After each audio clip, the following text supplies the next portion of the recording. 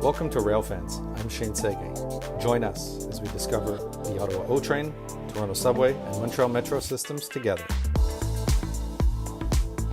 I'm Shane Sege, and joining me today is David Bellerive, who's a longtime Fans Enthusiast, and also the host of the official O-Train Livestream just outside Blair Station. Thank you for joining me today, David. Hey, my pleasure. Thanks for having me also. First time we speak, really nice actually. It's been a long time. So today, I'd love to talk about, we're approaching 2 years of the O-Train being open in revenue service. So I'd like to take a look back at, 2 years ago, where we were, where we are today, and where we're going in the future. So let's start off by discussing the lead up to the opening. Remember, back in 2019, it had been several months of, a couple delays and all that. But finally, we found out in August 2019 that the O-Train is opening mid-September 2019. And, the excitement really started at that point. They started, tidying everything up. Everything looked really good. Then the first day came along. How was the first day for you? How do you remember it? Well, for me, it was more of an evening experience. So my first actual experience with the O-Train was after sundown, and I gotta say, it was really, it's really stunning. I think the stations really shine up at night with the lights and everything. In terms of service, it was amazing. I think it really left a positive impression to those that were there on the first day. I wish I'd been able to go to the opening event, ceremony of sort, but I the first time you tap a fare gate and you go on the train, I think it really says a lot about how big the city is nowadays and what it's going to bring in the future. Yeah, it was definitely exciting. I remember, I was fortunate to be able to go on the media trip 3 weeks prior, but then even on the opening day, nothing compares to the opening day where, you get to explore the whole thing. The media trip was really scripted, right? You get on at Blair, goes to Tunney's Pasture, you come out at Line. You couldn't really see much beyond what you were passing through. But the first day, I remember I started off, I think it opened at 2 p.m., and I proceeded downtown. And I went down by the elevators at Parliament, and just to see the mosaic ceiling there, which is still really quite nice to see. But just exploring the stations, seeing Rideau, how deep, how underground everything is, and seeing how the you can cross downtown underground rather than seeing the buses going on the surface at the traffic lights. That's really something special. Yeah, it was really transformative, especially downtown. My first, the first station I walked into was Rideau on. From the big escalator, the longest escalator side, and it's still impressive to me to this day. I think we're gonna go obviously over progress as we get to today, but for the first impression, it was really you get there, you get the staircase and the escalator going all the way down to the concourse, and you're like, wow, that's deep. That station really gives you a sense of how deep everything is, and then you just realize, hey, I'm already at Pimisi, I'm already at Bayview. It just flies, compared to the bus and the numerous stops on the Transitway on the Slater and Albert. It was really a change for the best, if you ask me, at that point. Because when you look at it from Blair to, let's say, Ottawa, and then from Pimisi to Tunney's Pasture, everybody's already kind of familiar with that routing because that's how the bus went. The Transway was built with the intention at some point to convert it to rail, so everybody knew how that felt, but the new stations really changed it. It's how it goes underground that really, as you say, transformative and totally different feeling. And I find the downtown section is just super exciting to just explore, ride back and forth. It really gives that big city vibe, I know there's we always have that debate about, is it a light rail, is it like metro, is it metro?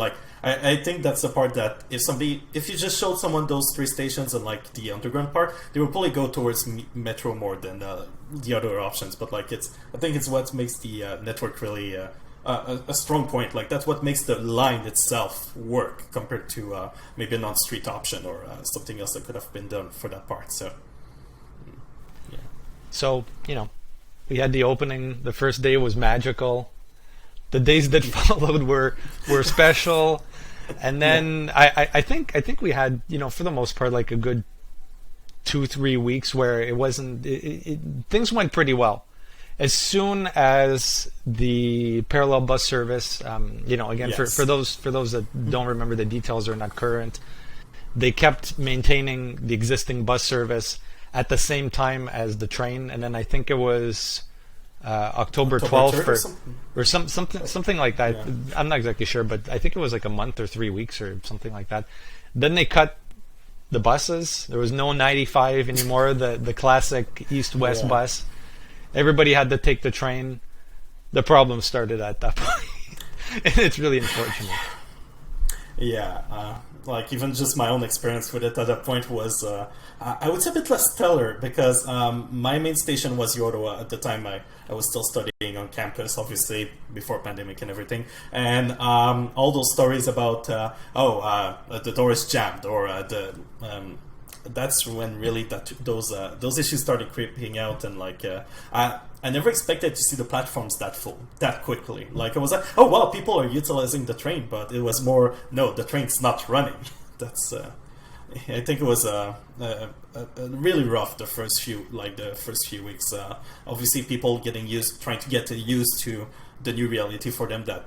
The 95 doesn't exist anymore. Like it's you cannot just board the 97 or 95 and go all across the town. You need to get on the train at Tony's or at Erdman or Blair, and then do the final part on the train. And I think they created a lot of conflict points at first for people that were not used to that system compared to the what used to be like a one bus, one destination kind of approach at OC. Yeah, because you could be, let's say, in Orleans, and you could take in the peak period, a bus right from potentially a block away from your door or even closer. Yeah. Take that all the way downtown and get off, and then the same in reverse coming home at night. And now, you're taking a bus to Blair and then a train for the remainder of your trip. Or if you're going, let's say, to Algonquin, then you have to get back off the train and switch to a bus. So that was definitely a challenge for people to understand that. But I mean, once stage 2 is done, then the bus is the train's gonna go all the way to Orleans. It's gonna go all the way to Baseline. So I mean, that example right there is now a lot more reasonable, right? This is a stopgap right now, but yeah, those early days were difficult.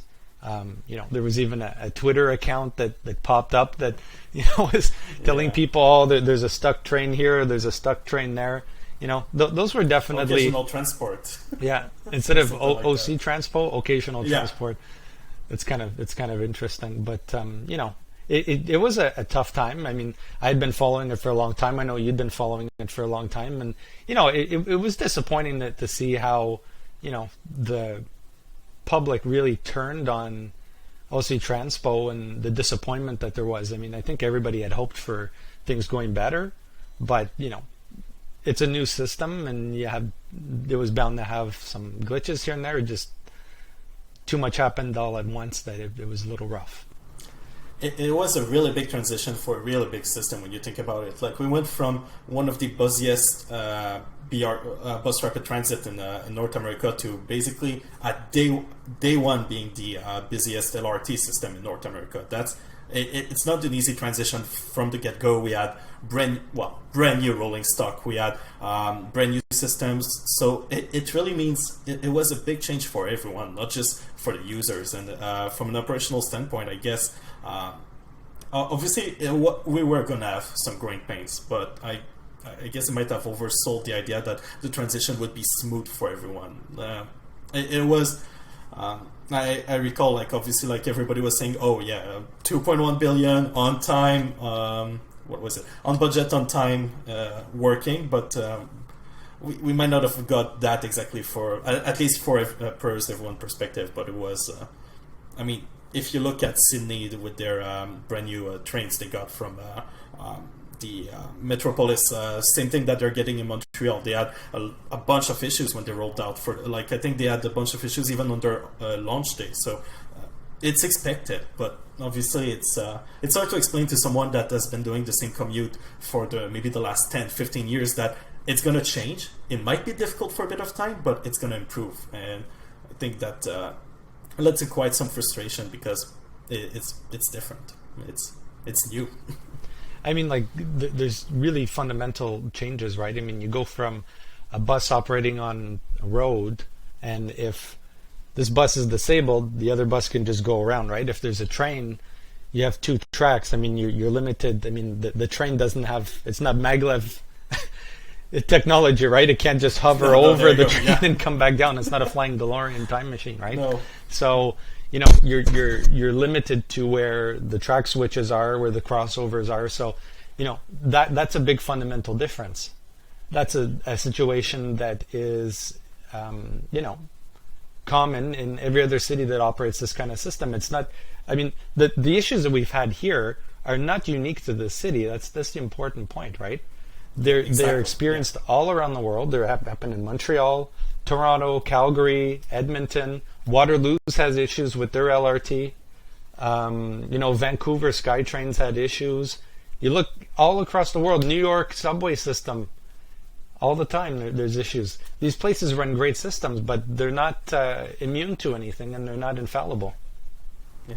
If you want a good idea of like how normal it is for issues to appear on any network, just go on Twitter and look for the accounts for example, the TTC status updates for each line. Or if you check in New York, like in comparison, I think, like I'm not gonna quote, don't quote me on that as being like gold, but we probably have a network that's at least on par in terms of reliability, probably even more because of all those new technologies that have been implemented on the network that you don't see anywhere else. For me, like having ATC, so automatic train control, really allows for some things like that we'll probably never see on some subway networks that are probably carrying like maybe millions of people not as much people as we could possibly carry on this network with smaller trains and everything. So it's growing pains, but it's not something out of the ordinary. It's not a faulty network. It's just it needs to get there. You know, it needs some time, and I think we've seen a lot of progress even in the last 2 years since we started boarding the rails, and I think at least it feels like we're going in the right direction. Like we see it also with the reports every quarter from the Transit Commission and everything, and it's trending upwards. So that's good to see. Because I mean, like, you know, the comparison with other cities. You look at Montreal; they brought out the MPM 10, also known as the Azure. Yeah. I remember when that came out. That was significant. Well, I mean, significantly delayed is an understatement. I mean, they had problems just signing the contract. They had signed the contract with Bombardier. I don't even remember when. I think it was in 2008 or 2010. And then Alstom came along and said, well, no. You can't sole source this out. And then I remember Zizou Locomotive from China jumped in and said, hey, we're going to offer you something really special. We're going to take out all your rubber tired trains. We're going to put in steel wheels. It's like they already have a rubber tired train system. I mean, you can't just switch that. No. Well, we'll switch the whole. Oh, so you're going to shut the whole thing down for years then? Or I mean, it's just one delay after another. They finally get the trains. There were some issues. I mean, and I'm sure you've been on these trains. They're phenomenal. They're beautiful. I mean, I've never seen anything like it. I mean, they're fantastic. But I remember there was a point a couple of years ago where those trains were operating and they were causing damage to the track. There was some clearance thing. You probably saw that where they were damaging the guideway or the electrical. So then when the older trains, the MR73, were passing through, they were getting damaged as well from the damage that the new train was causing. So, you know, issues with that, issues with doors, issues with traction power. No different than here. We've had our fair share of issues, but again, as an example, it happened there. They have a system that's been operating for over 50 years. It's nothing out of the ordinary. Brand new model train, same thing. And I'm sure if you ask people in Montreal if they would rather go back to the MR73s for all the lines or keep the Azure, they would keep the Azure any time of the day. Like it's a splendid train, I think.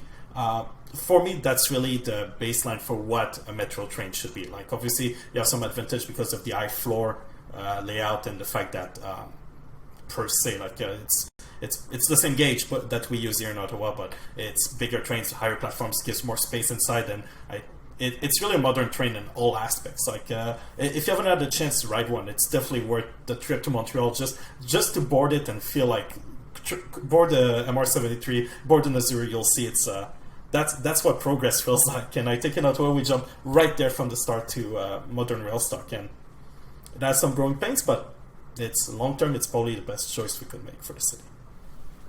So we've talked now about how we hit a low point when everything happened. Things went off the rails, so to speak, from how things could have been, and we had stuck trains, doors getting stuck. I think probably, I'm not sure if that would be the lowest point, but it was probably one of the two lowest points. New Year's Eve, where two trains got stuck practically in virtually the same location, probably one across from the other. But since those early days, things have changed. We have new leadership at RTG, RTM, very active maintenance, rectification plan, where at this point, 5 out of the 6 major trending issues have been potentially completely resolved permanently. Doors, track switches were reliable this winter, whereas the previous winter the switches were freezing. Electric or gas heaters instead of electric. What are your thoughts on how things have been going? It's definitely a step up. Like I recall first winter of operation, whenever there was a service alert about the train, and it was always switches up there, switches up there, switches up there. So you had either a single track operation or you had the R1 going all the way, I think, Saint Laurent, or it was even, I think, Erdmond in some cases. So we haven't seen, I don't think we've seen a single winter-related, at least complete stop in operations at Blair since they installed the new gas heaters. And living right there next to the station, and even if you looked at, for anybody that looked at the live feed we have, you probably noticed that there's no snow accumulating on the switches. Like, it's the new gas, propane or gas heaters they're using are definitely a huge improvement that fixed a lot of those issues. As for the doors, obviously we don't have as much users using the trains as we had before, but I don't have any reason to believe like the issue should come back in the same scale. Even if we go back to previous levels of traffic levels and everything, like the doors, they're complicated doors, but that's the standard nowadays.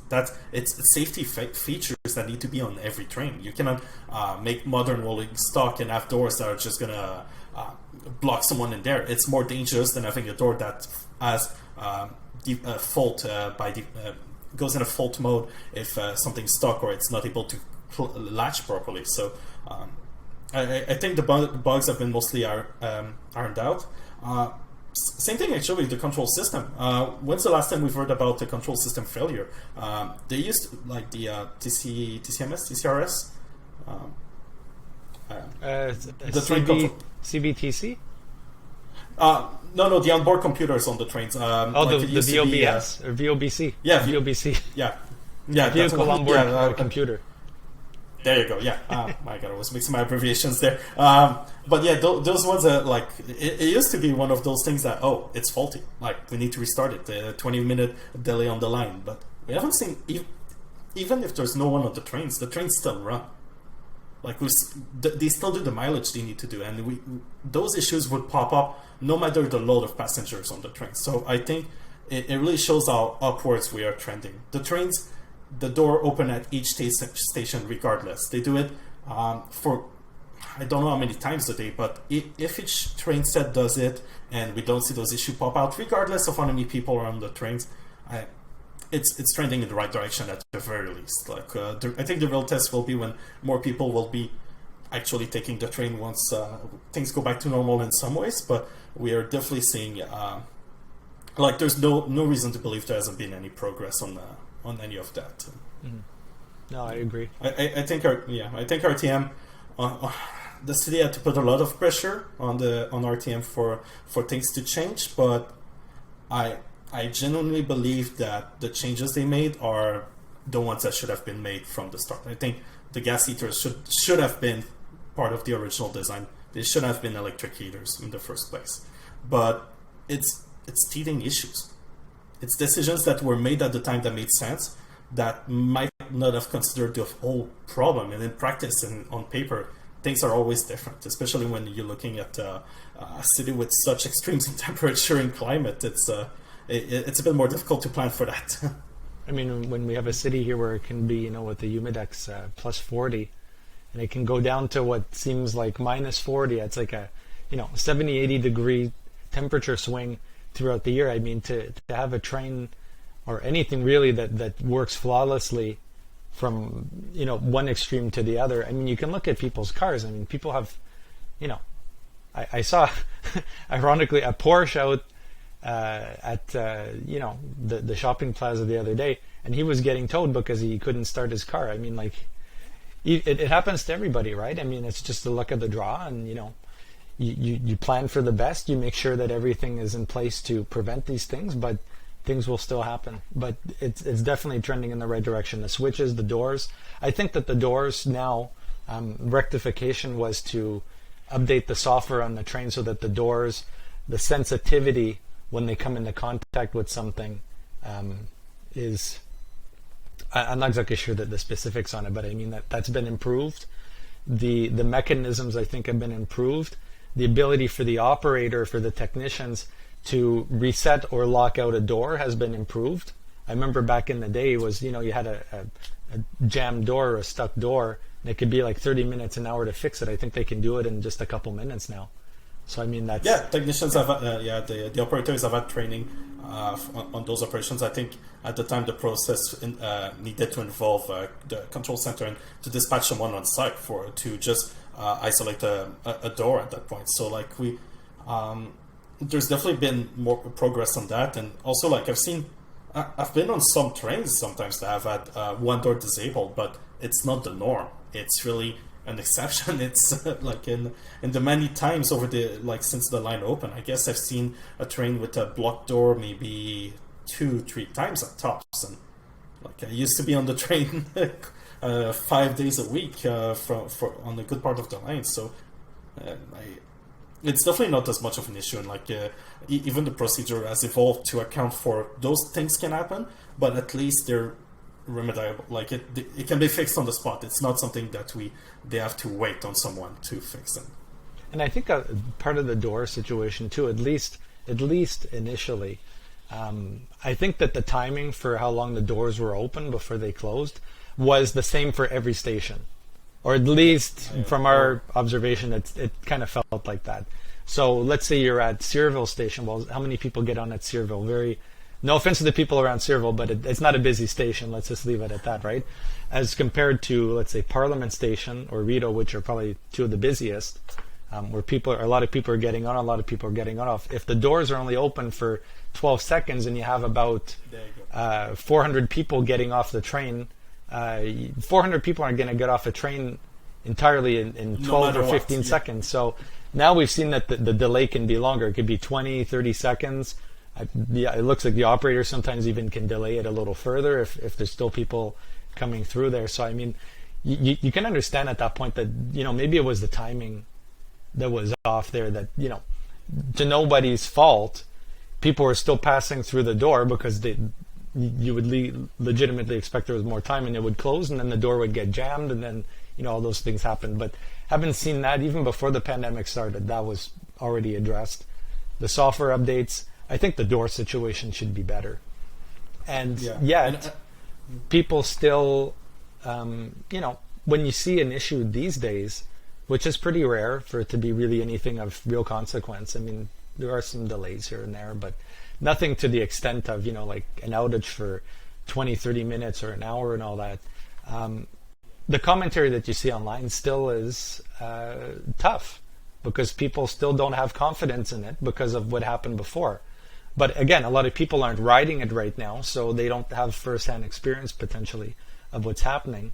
But that sentiment still remains, and people are still leery once we get back to a normal where ridership comes back to a high degree or in full. What's going to happen then? I think honestly, the only real difference with more people, potentially the doors, which may not even prove to be an issue anymore, because if you have let's say 600 people on the train, how does that really affect anything else? It's still getting the power. I mean, what it doesn't change much. It's just that, yeah. Like I think except that New Year's, that disastrous New Year's in the first winter where it was a bit too warm, that basically everything I wouldn't say fried, but power, like the catenary and power delivery system had some issues. But beyond that, we haven't seen that many power related issues. We had at least not in the last year, that's for sure. Even with the really really wild swings of weather we had over this spring and in the winter. Like, it wasn't particularly cold, but from what we've seen, at least so far, the most difficult parts were around the freezing point. So January 1st, we had some issues in the first few weeks of January before the temperature would really go down, but we haven't seen those last year, and they would have happened regardless. I think that's the important point. Like, those issues don't depend on how many people on the train. They really depend on if the train itself is reliable. And it's been, at least from my perspective, from what I see outside the window every day, it's definitely been a lot more reliable than it was before. Yeah, exactly. I mean, it's potentially hard to say night and day, but it feels like it is, because the issues don't present themselves the way they did before. And when ridership comes back, I think you might think the same. People will be surprised that the change that has taken place in all this time. I mean, they're really taking advantage of low ridership. They're working on the track, they're working on the trains, they're really being ambitious with that. Like we hear at the Transit Commission, we're going to shut down for this little bit of time. We're going to have replacement service, but to give them full access so that they can get the stuff done quickly. Let's get to that point where let's just get this stuff done so that it's no longer an issue as fast as possible, right? And that's the same kind of thing that we see. If you follow Toronto, they're overhauling their subway lines right now, and every week you see, line 1, that's the main line that goes into U through downtown. It's going to be closed from this date to this date between this station and this station because of automatic train control signal updates. They're retrofitting their technology to sort of even come in line with what we have right now, which is automatic train control, and that necessitates a lot of shutdowns and all that.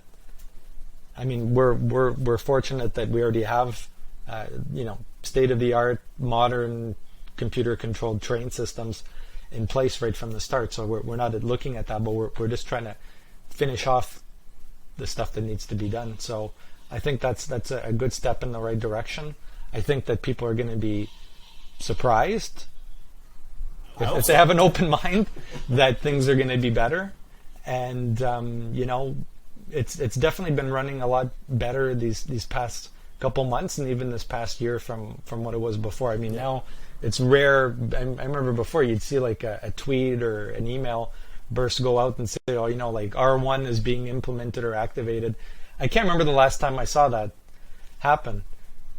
Yeah, I can't put my finger on it either. Even nowadays, if we see R1, like I think the last time we saw it, it wasn't like an all-day thing. The only reason we're going to see it a bit more in the next coming weeks, as you say, is the track work taking place. But it needs to happen at some point. Like you would see the same thing on any network, regardless. You'll see it in Montreal, Toronto. Those kind of maintenance are going to happen anyway. But in terms of customer-facing issues, like affecting one's person commute, we haven't seen a lot in a while. It's definitely not on the same scale. I would say like probably a few delays, but nothing needing to implement R1 in full.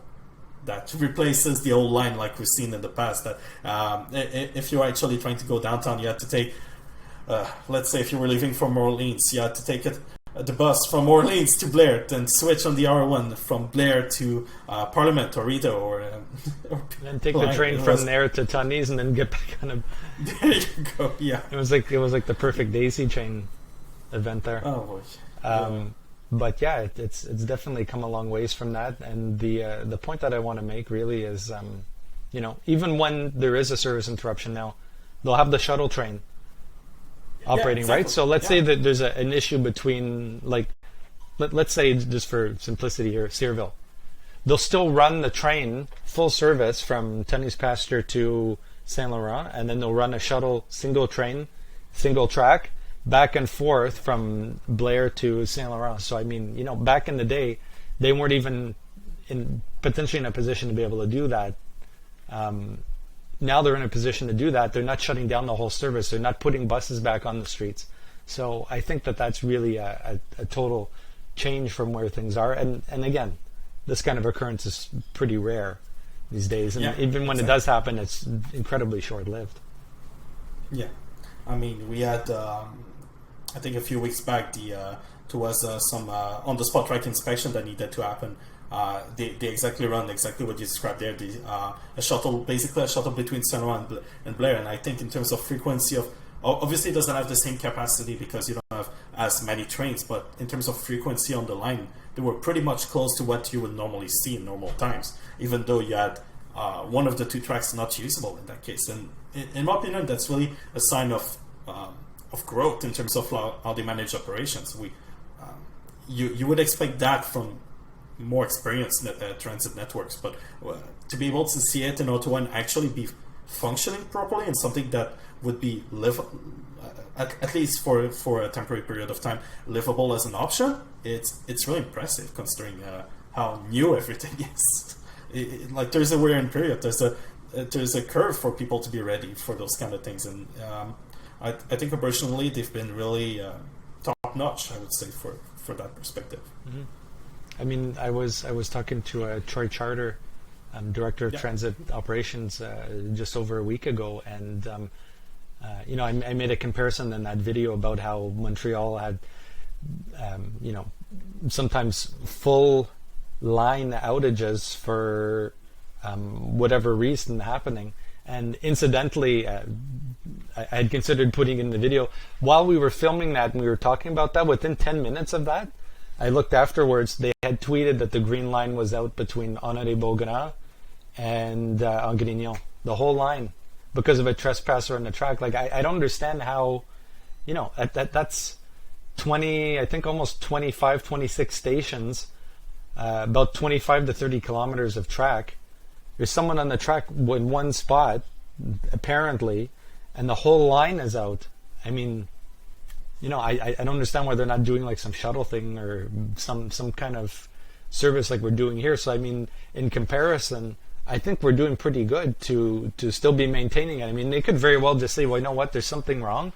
Let's shut the whole thing down, put buses out there, and it'll take about an hour and we'll put it. No, they keep it going. They're doing their best, and I think that that deserves some recognition and all that. Yeah. I think people have been really harsh with the train. Like obviously, I think for all of us that were more passionate about it, more open to like it from the get-go. I like at first, I think we all were impressed, and I think for many of us, we're still really happy with it. But a lot of people fell out of love really quick because of those early issues. But I think the best thing we can say is really, like, if you haven't been on the train in a year, just get a day pass. Like, make a trip out of it. You can just go, I don't know, go shopping downtown, go walk in the market, find a reason to take the train, and you'll see it's definitely not the same beast you probably remember from the early months. So it feels mature. It feels like something you can rely on, and I think that's the best compliment you can give to a transit system. It's reliable. It gets you where you need to be, and it does it comfortably. I would say, so some track issues need to be ironed out, but it's definitely a lot better than it was before. So we've talked about the beginning. We've talked about where we were. We talked about where we're at. Let's talk about the future. So, stage 1 is open. 12 and a half kilometers, 13 stations. We haven't stopped there. We can actively look all across the city now, which is really exciting. It's extending further south than it ever did before. It's going all the way to Orleans. It's going all the way out to Moody and Baseline, which is being renamed to Algonquin. Very exciting. To see the construction everywhere. It's really happening at a big pace. We could potentially be riding the rails down to the airport, down to Limebank, hopefully next year. Fingers crossed. I mean, we should have a better idea near the end of the year there, but like some of those stations, we're all sending in pictures and all that and sharing them on the site, but there's a lot of progress that's happening, and there's a lot of interesting stations that are just waiting to be explored and discovered. So going south in 2 years or next year, hopefully, going all the way to Orleans in 2 years or so. 2-3 years, and then a year after that going out west. What are your thoughts on that? What excites you the most about Stage 2? Well, as much as I love trains, I love planes. So I'm definitely looking forward to take the shuttle all the way to the airport. The new rolling stock on Line 2 will be something really. I don't have first-hand experience with those trains, but the flirt trains that we're getting it for Line 2 are really among. I would almost dare say among the best commuter trains you can buy on the market nowadays, and I really am excited to actually board them and see them on the tracks. It's gonna be compared to the 40 meters trains we have right now running on Line 2. 80 meters is almost the same length as you see on the Confederation line right now. That's gonna be massive trains in comparison. So definitely the shuttle to the airport. That's when I'm gonna have to. Definitely gonna check on the launch on opening day for Line 2, but line on the extensions, I would say I'm a lot more interested into. Well, as much as I like the East and everything, I'm really looking forward to take the train all the way west to Moody and Algonquin. So especially with how easy it's gonna be to connect from one end to another. Definitely those two stations, Lincoln Field, I always mess it up, that name, but all stations I'm really looking forward to actually board there and walk around, see how it feels. But I think Stage 2 is really gonna. Stage 1 is the foundation we needed to progress. If we didn't build Stage 1 right, we wouldn't be able to build the network we're gonna get and with Stage 2 and Stage 3 and whatever comes afterwards. To be able to circulate trains every 90 seconds, potentially up to 90 seconds between trains in the downtown tunnel, that leaves a lot of opportunities for future expansions. Obviously, I think when with the Gatineau tramway, also probably they're going underground in the city, in Ottawa or on the street. There's a lot of opportunities for integration with the O-Train that I think many people seem to not realize, because it's not like you cannot use it right now. Like the extensions, they're getting built, and like you mentioned, like if people go check on the Railfans website in the snapshot section, you'll see like the progress even on all the stations. Everywhere it's active, everything, a lot of things are happening throughout the line. Just a few days back, I was driving all the way to Trim, and you can see the overpass that's going to bring the train into the median of the 174. And if you go to Montreal Station, where Montreal Station is going to be, you can see they're starting to build the spaces where they're going to put the staircase to go to the platform level. It's pretty wild for me to realize that we're going from 13 stations to what is it? 42, something like that. Something like that. Like we doubled we doubled the number of stations that we have compared to the original Line 1 and Line 2, but we're tripling the number of miles of kilometers of track. That's unheard of for a city like to do, and potentially with Stage 3 we can even increase that even more by hopefully the early 2030s. So it's I'm really looking forward to all those extensions. Well, there's definitely plenty to look forward to. I mean, for me, I'm looking forward to the airport as well. Especially how that is being constructed, being like an elevated guideway leading right up to the airport on the departure level on the top. That's going to be really something to see. and to see the train sliding in and slipping out from there. With views to the right of the tarmac and the planes that are berthed at the gates. That's going to be something. But also to see, the transfer stations, Lincoln Fields, where you're going to have the Algonquin and the Moody trains coming in, and then the other train, 3 platforms operating there. That's going to be something fun to watch as well. Lots of things, and of course the flyover from Blair to get to Montreal Road Station. I mean, just driving next to it is really exciting. Yes. Because you like every time I drive by with my wife and my son there, and I'm in the car and I'm like, look, it's so cool. Like it just how it just goes like this right into the highway. And once they restore the highway lanes, you're going to drive underneath, so you'll have trains coming above, driving underneath. I mean, it's like a little bit of Vancouver SkyTrain right in our own city. It's pretty neat. It has that feel, yeah.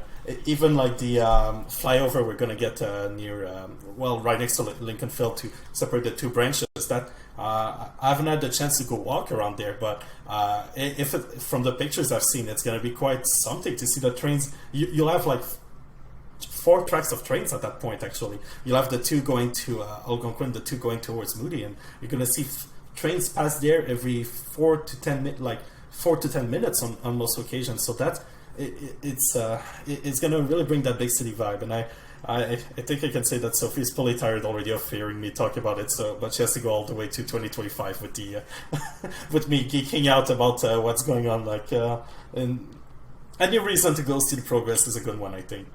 So like if you're lucky enough to have a work site near you, I guess just go for a walk and go see what's happening. There's a lot of obviously don't do trespassing, don't do anything dangerous or stupid, but there's a lot of opportunities to see the progress, and I think it's really one of the best way to I wouldn't say fall in love with the network, but really appreciate what's going on. For those of us that had the chance to live right next to Line 1 station during the construction, it was my home station for a long time was Ottawa, and seeing it go from I never personally knew the old transitway at Ottawa, but I can say it was really transformative seeing the station come out of nothing, and the final project I think is really a huge improvement to what we had before there for Ottawa. So, and you'll see, people will see it throughout the city. Gone will be the transitway days. Will be really rolling in the new era for most of the city. Actually, it's when stage 2 is when the O-Train is going to feel real for a lot more of the population in Ottawa than I guess stage 1 will by its nature do. But it's really exciting. Yeah, well, I'm definitely looking forward to it, and I'm sure there's countless amount of people in the city and even outside of the city who are looking to plan their trip to Ottawa to explore it on opening day and the time beyond. I mean, tourists, everybody's going to be able to enjoy it. Citizens, residents, students. You'll have Algonquin, Carleton, Ottawa directly connected on it, so it's great news for all of them. And then with the STO tramway that's coming into play, that's going to and how fast that's starting to advance as well, and how that's going to connect into Ottawa. I mean, it's very exciting. I mean, they can see the popularity, the success, the potential of it here. They want to get in on that as well.